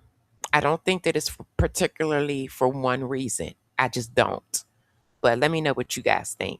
US targets inside of Iran, well, there may not be many more military sites left to target without actually hitting civilian sites, and that would, of course, mean a major escalation in this conflict. Another one could be very much the fact that President Trump is gearing up for this massive attacks, and so troops in this region, around 50,000 of them, we believe, could be recalibrating and preparing for this major escalation and aggression in this conflict. Or finally, and I think this is the least likely from some of my conversations with sources in the region, that there could be some form of diplomatic breakthrough. But as I said, the conversations that I've had, it seems that the US and Iran aren't ready to de-escalate. I'll say this for the two. There's some diplomatic breakthrough because we are out of munitions and we can't gear up for a major attack at this point. escalate in this conflict. They're not ready to head back to the negotiation table. But the situation that we're in right now is all because of the situation in the Strait of Hormuz, Alex. That very much remains at the center of this whole conflict because Iran is still trying to control the waterway. They are effectively shooting at any vessels that are not complying with their regulatory routes that they've put into place. And of course, we know that in the waterway, the US blockade is still very much in force as well. And we've seen that part. Both blockades are enforcing, bottom line, they're both basically shooting at ships. The result of Iran attacking ships, what that's done to the economy. Earlier this week, oil prices went up to $100 per barrel. And yesterday, we saw the lowest level of traffic in the Strait of Hormuz for 2 months. By controlling this waterway, but also, Alex, backing the Houthis in the Red Sea, the Bab el-Mandeb Strait, where they've been targeting Saudi Arabian vessels. Remember, 2/3 of the world's oil comes out of Saudi Arabia. They are effectively controlling. If they close that, the economy globally will really truly be in a chokehold. The global economy, global energy supplies, and that's obviously raising a huge concern around the world. I think one point that I will mention is that yesterday Omani officials were inside Iran to discuss the mechanisms around the Strait of Hormuz. So some diplomacy taking place there, but clearly from the reporting from Jake and where I am right now, it feels like we're only going in one. I say Omani has they have a special interest in this because remember, guys, before they started the bombing campaign, they offered to have their side opened. And remember, Iran said no, because then if, all the ships will just go around on the Omani side and we'll give up our leverage. So they are like, no deal. Direction, further escalation, further aggression, and further impact to the world's economy. Alex. Oh boy. Okay, buckle up. Thank you very much, Inzamam Rashid, for that. If Trump thinks he's going to have an easy... Now, guys, I told y'all earlier in this live stream, they were gearing up for a major attack. Iran was. They literally had their civilians walking around with weapons. They're civilians. And again, their military consists of 900,000, including reservists and I think it's paramilitary. I can't remember, but it's 900,000. Invasion with ground forces into Iran. He's got another thing coming because they are preparing for this right now. This is news footage out of Iran showing civilians armed with AK-47s patrolling the beaches in case of a U.S. invasion. Look at this. You can see them here. They're all armed with AK-47s waiting for the American forces to arrive. If Trump thinks this is going to be something easy to achieve, he's got another thing coming because the civilians are armed. If you look... That is insane, gang. That is insane. Closer here, you can see all these civilians armed with automatic weapons ready for American forces. Will Trump be dumb enough to send our forces into this? This is on top of the already still existing Iranian military. This comes as the U.S. is reportedly preparing for a highly complex ground force invasion to capture Iran's enriched uranium. This would be a very difficult operation, and that's what's got... Very difficult, and I showed you guys the process months ago. It is not a get in and get out situation. You have to be careful the way you package it. To even dig it up, it would take months. I don't think that's going to happen. Iran responding in this way right now. Let me know what you guys think about this in the comments. Like, share, spread the word. Follow along for more, and I'll see you back here for the 411. Breaking news. Trump just ordered the U.S. military to stop all strikes on Iran after 13 straight nights of bombing. The first quiet night since the round started. An Omani team showed up in Iran hours earlier, talking about reopening the Strait of Hormuz. Again, gang, they showed up. They have a special interest in this, and they said that there's a possibility of the straits being reopened. Who believes that? You just never know. And the sources say they made real progress, maybe even a deal this weekend. Iran's oil minister says they still sold $18 billion of oil. Bingo, and I just told y'all that. $18 billion since late February. Since late February, even during the fighting. Meanwhile, Iranian commanders released a long list of what they hit. 7 command centers. Guys. Pay attention. This is the list of what Iran claims that they hit of the U.S. Let me take it back just a little bit. This is a lot. This is a lot. Let's go. Even during the fighting. Meanwhile, Iranian commanders released a long list of what they hit. 7 command centers, 6 Patriot radars, 8 early warning radars, 17 ammo depots, 12 fuel tanks, 6 Reaper hangars, 17 drones, 11 jets, and helicopters on the ground, including an F-15 inside its hangar, a P-8 and C-17, and they claim every American base in Erbil, Iraq is now out of action. Israel's finance minister, Smotrich, openly said, Bingo, remember him? This is the one I showed you guys the last live stream that said that they had no interest. Israel has no interest into entering this bombing campaign with the U.S., that they are perfectly fine with the way things are. That's why I started out with this live stream.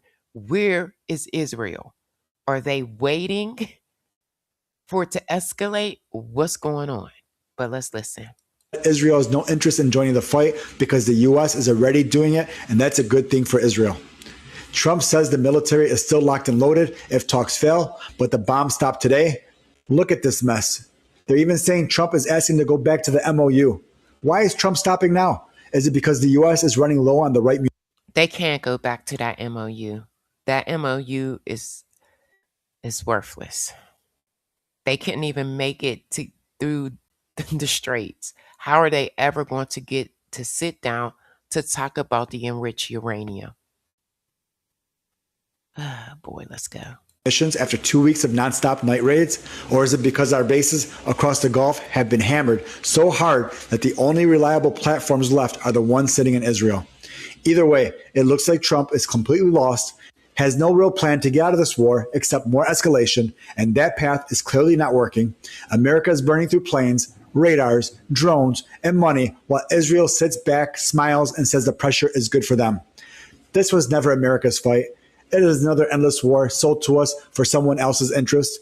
Our bases are getting chewed up. Iran is still selling oil and heading back. And the people who push this the hardest, Israel, are the ones taking the least risk.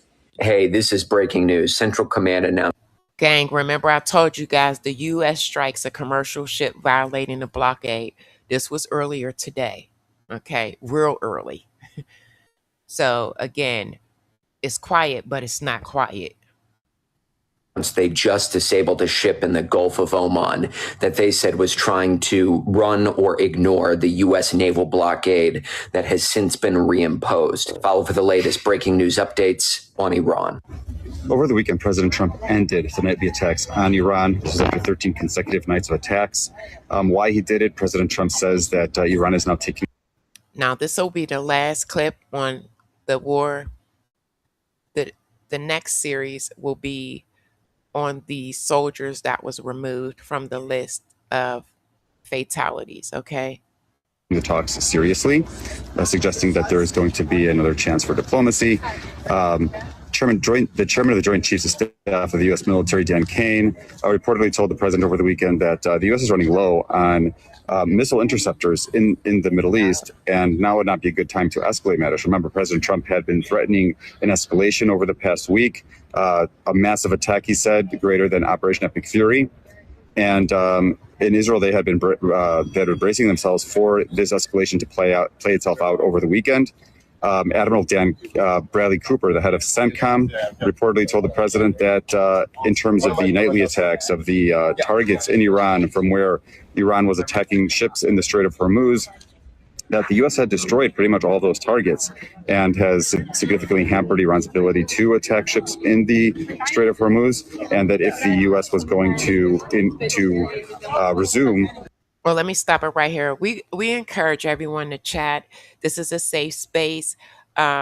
You're free to say what you want. Your opinion matters. You just can't be disrespectful. If you want to say something, just mispronounce the curse words for me. That's all. You know. Again, this is a safe space. We encourage everyone. You don't have to agree with me. You can have an opposing opinion. We will respect that opinion. You may be able to change my perspective, just like I may be able to change your outlook. Please feel free to chat. Just misspell certain words. That's all. No big deal. The attacks on Iran, it would have to blow back open the war and attack the some 20% of targets that the U.S. did not get to during Operation Epic Fury. For now, President Trump appears to want to stand down. He wants to give diplomacy a chance. Now, whether this is because of the interceptors, because he's worried about the elections coming up in November, or oil prices, which topped 100%. So that right there, it could be a number of things. It could be because we're regrouping for a major escalation. It could be because of the midterms he could be worried about, or the fact that we're out of munitions, or it could be all of the above. All of the above. $100 a barrel over the weekend, or at the end of last week. Again, that can be debated. However, in Israel... But what we do know and what we do recognize and realize, we have no exit strategy. Okay, guys? And we are far away from a deal. Okay?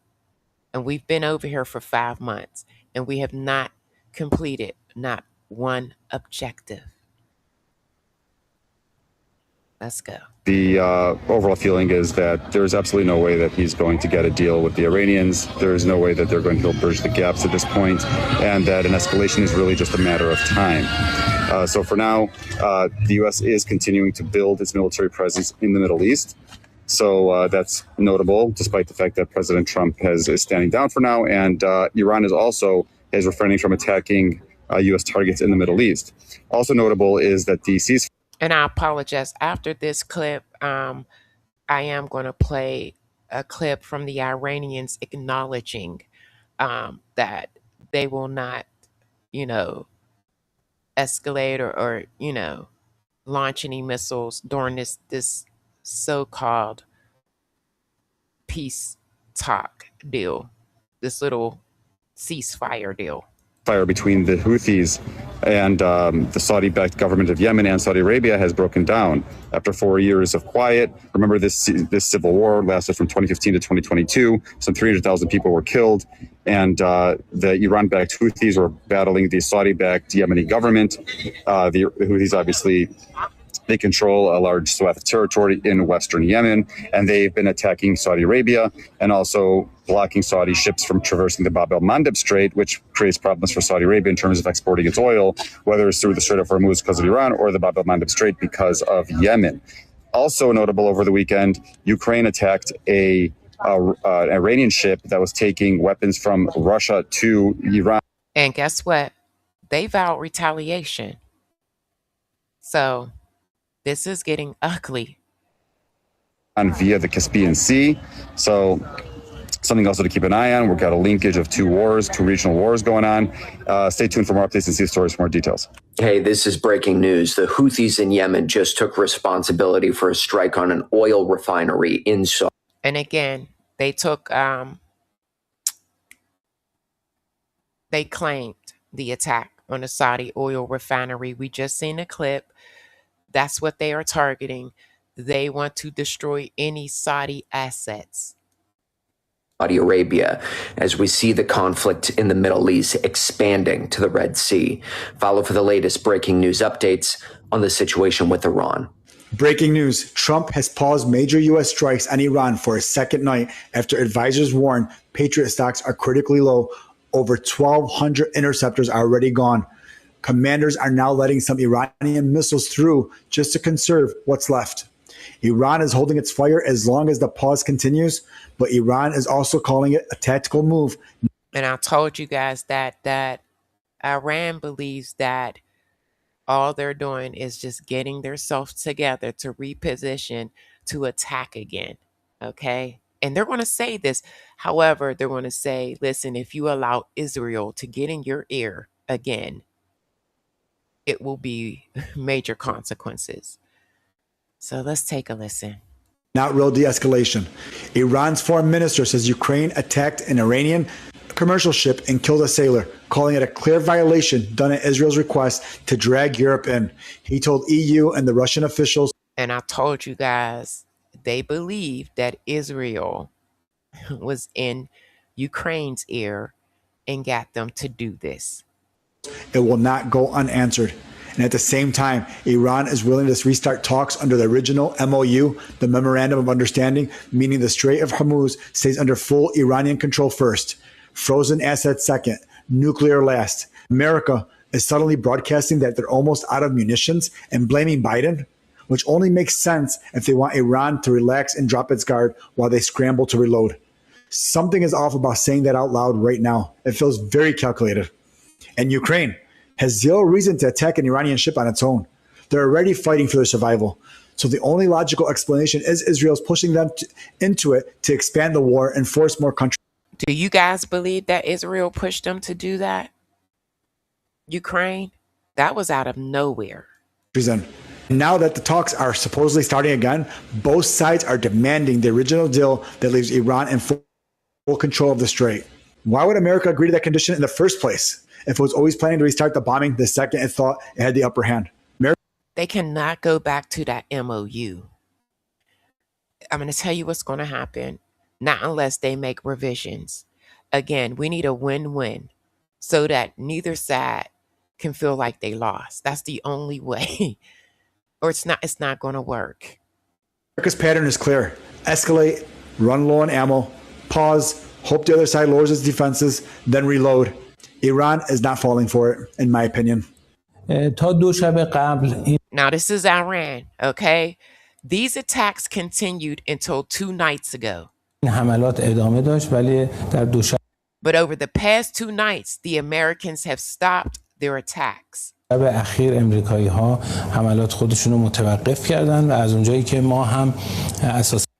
And as I said, since our strategy has essentially been retaliatory,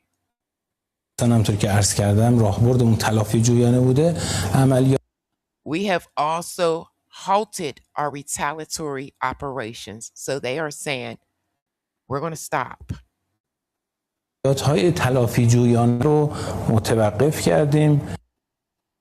حرکت کنن و بر جنگ و بر تداوم جنگ مخصوصا حملات هوایی بخوان تأکید با I believe that if the Americans به همین شکل امریکایی‌ها فریب سعی once again fall for the Zionist deception, meaning Israel, رو بخورن یا در خط or more in line with them and insist on continuing, اونها حرکت کنن و بر جنگ و بر تداوم جنگ مخصوصا حملات the war, continuing the war, particularly through strikes, هوایی through air strikes. بخوان تأکید کنن این جغرافی Geographically, this will expand further. So they're basically saying this war is going to expand. گسترش پیدا خواهد کرد و ما الان And we now see that the geographic of the war, می‌بینیم که جغرافیای جنگ به باب المندب the geography of the war has extended to the, I hate this word, Bab al-Mandeb Strait. کشیده شده و خب And so the scope of our operations now دامنه عملیات ما سراسر encompass the entire region. منطقه رو در بر گرفت. From US bases in Jordan از پایگاه‌های امریکا در اردن گرفته تا to the countries along the Persian Gulf. کشورهای حاشیه خلیج فارس در صورت In the event of various conceivable گزینه‌های مختلفی متصوره و محتمل improbable options, عمل و ما باید ببینیم and we need to see how America will behave که در آینده به چه شکلی امریکایی رفتار خواهند کرد. ما برای in the future. هر کدوم از این گزینه‌ها یا We have prepared for each of the possible options, meaning diplomacy, or we could go back to war. سناریویی که محتمل هست آمادگی لازم or scenarios. رو کسب کرد. That's it from now. New York Times report. All right, guys. I told you that we were going to talk about the soldiers, okay? Hold on, guys. Now, the Pentagon's Defense Casualty Analysis System originally listed 18 U.S. service members unalived in the Iran conflict, okay?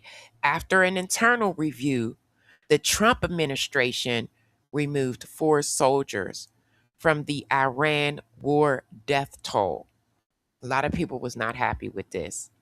Those 4 deaths occurred after Trump declared a ceasefire in April. Okay? And the officials said they no longer fit the criteria for the Iran war category. So let's take a listen.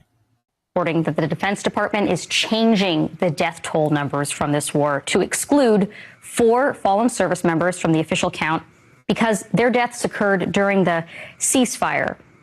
What message do you think that sends to the families of these service members? I think this continues the disrespect shown to hundreds of American This was so disrespectful on so many levels. service members who've been injured in the line of duty and not adequately reported. It seemed perfectly clear to me during that somber military ceremony where 4 families received the remains of their fallen loved ones that they did not die during a ceasefire, that they died as a direct result of an attack by Iran on our allies in the region, and that they should be recognized and honored as having fallen in service to our nation during a war. I see someone new here, AZ Beach. Let me read your comment. Thank you for coming and thank you for chatting. All opinions will be respected. AZ Beach said, they stated objectives were never real. It's a global depopulation, did I say that right? Agenda, excuse me. And all they want to do is unalive and destroy. Build back, and this is on, guys, I'm on Rumble. I'm streaming from Rumble on YouTube. Build back better and get rich at the same time, investing to the industrial military complex. I like that. Thank you, AZ Beach. All right, let's go, gang. War. So look, the picayune matter of exactly what column of numbers their deaths belong in is far less important than the fact that we honor their death and their service. And frankly, what the American people and our service members are owed by Secretary Hegseth and President Trump is a clear strategy, a plan for how to end this war in a way that reopens the Strait of Hormuz, that weakens Iran, and that stabilizes the region. That's something they have failed to deliver in 145 days and at an enormous cost. That it did happen in theater for the 4 soldiers we're talking about, and then their names were scratched off or taken off a list in the Pentagon, to me. This upset me so bad, and when I seen this piece right here, it moved me. It really did. Is abhorrent. It's criminal. When a soldier is killed in combat, usually within 24 hours, this memorial service occurs. Everyone shows up for it to pay their last respect. Everyone who knows a soldier talks about him or her and says how they contributed to the unit. The first sergeant, or at least all the units I've been in, does what's called the last roll call. The first sergeant normally does is call a couple of names out as you would normally do in a formation, and then the name of the deceased soldier would be called 1 time, 2 times, 3 times with no answer. And the answer becomes the trumpeter playing taps. Ben, you can tell I'm getting a little emotional even thinking about it. That brings you to your knees. To know that that's happening. Listen, guys, I am a vet.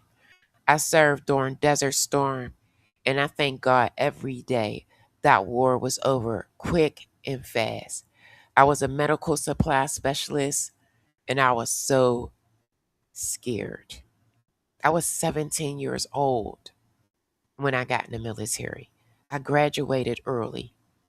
And because I did not want to study and I needed a break, I entered the military. I don't know what I was thinking back then. I wasn't ready. So I've never seen any type of combat, anyone unalived. Yeah, so this bothered me a lot. In theater, that it did happen in theater for the 4 soldiers we're talking about, and then their names were scratched off or taken off a list in the Pentagon, to me is abhorrent. It's criminal. It's just a distinct understanding that somebody wants to say we're suffering less casualties that we don't want to talk about, so we'll just scratch the number off, but the number is a name and a person and a being. Donald Trump wiped the name, face, and information of 4 American service members who died during the war in Iran from his list of Iran war casualties. I want you to watch the moment that the wife of one of those service members, Sergeant Michael Swinton. This woman this is so sad, guys. I've said so many prayers for this woman. I mean, you could tell it's a lot on her. Found out. Everyone needs to see this. Mia, something happened this week that we don't really understand the full details here. You may know more. The Pentagon, removing Michael and the 3 soldiers who also died this past weekend from the public casualty count of soldiers and troops who have died during the war. Now, the Pentagon does say it's a glitch. Has anyone spoken to you about this or told you anything about it? Nobody has reached out yet. Wow. I kind of don't have words for that. Yeah. I don't have words either. And I think the American people need to see how America's service members are being treated at war right now and their families. So spread the word. I know you said your last video call with Michael was just 3 days before he died, and that was on July 15th. But it felt different. And this is the last piece, guys. We're going to go out with this piece right here. I just wanted to ask you, what do you remember about it? And now when you look back, what was it that was different about it? He just sounded different. Like, I don't want to say he sounded scared, but the way he spoke, he said that he loved me. He wanted to talk to our daughter, and he was asking me if I was okay. And a lot of our soldiers is over there scared. The conversation didn't even last a minute, and I was like, man, even the time of day that he called was really early in the morning for him, and it wasn't like him to call at that time. So the whole thing. Mitch said, are these soldiers black? I think Latino. There was one white male. I think the other 3 may have been other nationalities. I think Latino. Just felt off. I know that you'd said in those final days he sounded exhausted too. Do you think that he knew that things really had just become so much more dangerous in these past days? Alice said, thank you for your service. The situation is bad. Alice, thank you. Thank you so much for participating in the chat. I want people to chat. This is a safe space, guys. Come on, Diamond Gang. I want y'all to voice your opinions. I didn't share this yet, but he had sent me a message, and he said, if I die, just make sure that my kids know that I love them. And that was maybe a month before this happen. So I think we all knew that things were getting pretty serious. I just didn't think this would be the outcome. I don't think any of us did. You have to see this. This is Donald Trump. Guys, okay. I did include this piece because that part, it was so devastating. But this right here, I left my ASS off. So last night they had the some type of dinner. I think it was for the reporters. And they win an award. And it was for them covering Trump on the Epstein files. He was mad. Take a look, guys. We got to go out with a laugh because I'm teary-eyed. Let's go. Face as the Wall Street Journal is winning an award at the White House Correspondents' Dinner right in front of him for their reporting on his connection to Epstein. And safe to say, he wasn't happy about it. The Journal's courageous reporting on President Trump's past relationship with financier Jeffrey Epstein. Y'all, I watched this about 20 times. It was an unhealthy amount of times. Triggered the release of the so-called Epstein files, thousands of documents that might otherwise have remained hidden from the public. And despite the president's threat of a lawsuit, the Journal published a story about a provocative letter to Epstein bearing President Trump's signature. Trump quickly filed a $20 billion lawsuit against the Journal, revealing reporter Khadija Safdar's home address.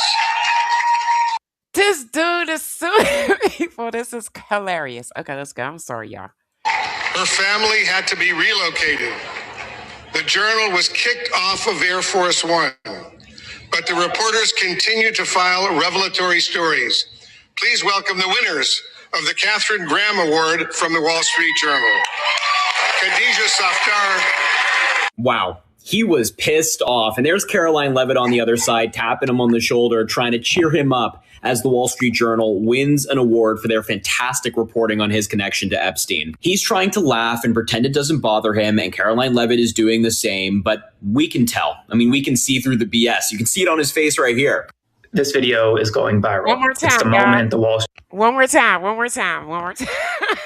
Street Journal received an award for their courageous journalism, revealing Donald Trump's 50th birthday letter to Jeffrey Epstein. And at the time that they were getting this award, and each journalist who exposed Trump's relationship with Epstein went to shake his hand, he laughed, he shrugged, almost as though he was uncomfortable with the truth. The journalists on stage received the Katharine Graham Award for courage and accountability. And watch as they shake the president's hand, and he shrugs. This is insane. They shake his hand. He was going to sue them for $20 billion, whatever. I don't know. This is crazy. This camera angle shows the truth. The president is awkward. He's uncomfortable. He's uncomfortable with the fact that he has to shake hands with the reporters who are exposing the truth about his relationship with Jeffrey Epstein. This is a moment from last night that the world needs to see. Spread the word. Follow along for all the news you need to know about. Yo, it's over, guys. Listen, I had a good time this live stream. I have a good time every live stream. You know, I seen a couple people that I didn't recognize. Make sure y'all hit that. If you're on Rumble, hit that follow button. If you're on YouTube, hit that subscribe button. Listen, I cover celebrity gossip, and my live streams consist of war updates and other political topics. Okay, I do about the same on both channels, as far as, well, both platforms, YouTube and Rumble. You could get away with a little more on Rumble. So there are a few pieces that I bring to Rumble that I can't bring to YouTube, as far as shorts and, uploads, but it's pretty much the same.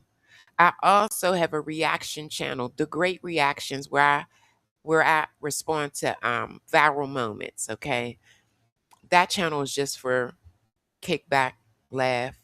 It's not a serious channel. So, but please follow me on both if you're on Rumble, and if you're on YouTube, I don't know what you're waiting for. Subscribe. I want to create a community where we can all just just talk about things. Things is just so crazy right now. And I think that, if we are able to converse as adults and express ourselves about what's going on, this is a safe space. This is an outlet for you guys. No judgment here. You know what I'm saying? Just be respectful. Prior to me losing my channel on YouTube, I would allow people to click the link and come up. I had someone come up on my platform from the Middle East, and they shared why they love Trump so much. And I was okay with that, So please, we encourage you, please chat. You may be able to, persuade me to look at things in a different light. We all come from different walks of life. Why can't we have conversations? Come on, gang. I need y'all. I need you guys. So, but let me read some of these comments. AZ said from Rumble, if a soldier dies in the line of duty, war or not, the family gets benefits. Oh yeah, absolutely. David, I love you. For real, shouts out to you. You said okay, let me read Alice's comment. Alice said on YouTube side, the president's guilt. I'm glad he's uncomfortable. You said, and David said, bye, Yolanda, it was a good night. David had some bomb comments up in here. He said, let me read one of David's before I go off. Trump has no respect for soldiers because he was a draft dodger. Yeah, I heard about that. I did. But I had fun tonight. I really did. This is my first time in a long time doing an earlier live stream. I usually do late night live streams. But guess what? I'm back to work full speed, full time. So I'm going to be cutting off a lot of those late night live streams. I was not working as much as I normally do. But now I'm back and I'm amping up. So it'll be a lot more daytime live streams. Okay. I will do late night here and there if I got the next day off, or if I'm scheduled at a later time, okay, to be at work. So if I don't have to be at this job until 9 a.m., I'll do a late night live. But if I have to get up at 3:30 a.m., I cannot. I did it a couple times, and I paid the ultimate price. Running off of 1 hour of sleep is not okay. So but I want to say shouts out to everybody that participated, my Rumble family, my YouTube family. Guess what, gang? It's only up from here, and it'll get greater later, okay? Just keep coming back, all right? Replay gang, make sure you guys smash the like. Shouts out to my wonderful moderators, EJ, MT, Robin, she's not here today. Marie, she's not here tonight. It's all good, but guys, I love y'all. I do. They actually, when I lost my channel before I got it back, they came over to Rumble. They subscribed. They hit the like.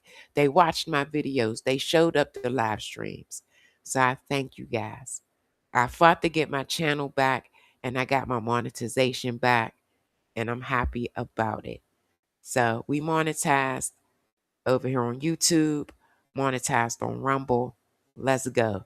Let's go, Diamond Gang. All right, happy Sunday. Everybody have a good night.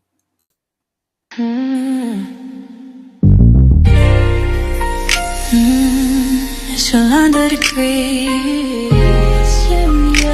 Sip on me. I'll pour it hot, so hot. I'll pour it sweet, so sweet. Spilling his tea, spilling and sipping his tea, spilling and sipping his tea. Thanks for watching me, tuning in, subscribing, hitting that like, smash that like. I don't bite, no. It's Yolanda degree, feeling great, spilling tea. Have a seat and join me. Sip some tea and wine with me. Let's grab a snack and talk some smack. I'm your girl, I got your back. I got the news, I got the views. I bet you can't wait, I know you can't wait to sip this tea. Sip this tea. Spilling this tea. Spilling and sipping this tea. Spilling and sipping this tea. Spilling this tea. Spilling and sipping this tea. Spilling and sipping this tea. Spilling and sipping this tea. Spilling and sipping this tea. Thanks for watching me, tuning in, subscribing, hitting that like, smash that like. I don't bite, no. It's your 100 degrees, shining bright.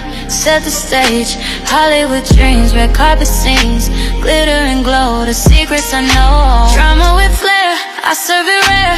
I got the scoop, I got the proof. I know you can't wait, so come and escape and sip this tea. Sip with me, spilling this tea. Spilling and sipping this tea. Spilling and sipping this tea. Spilling this tea. Spilling this tea. Spilling this tea. Spilling and sipping this tea. Spilling and sipping this tea.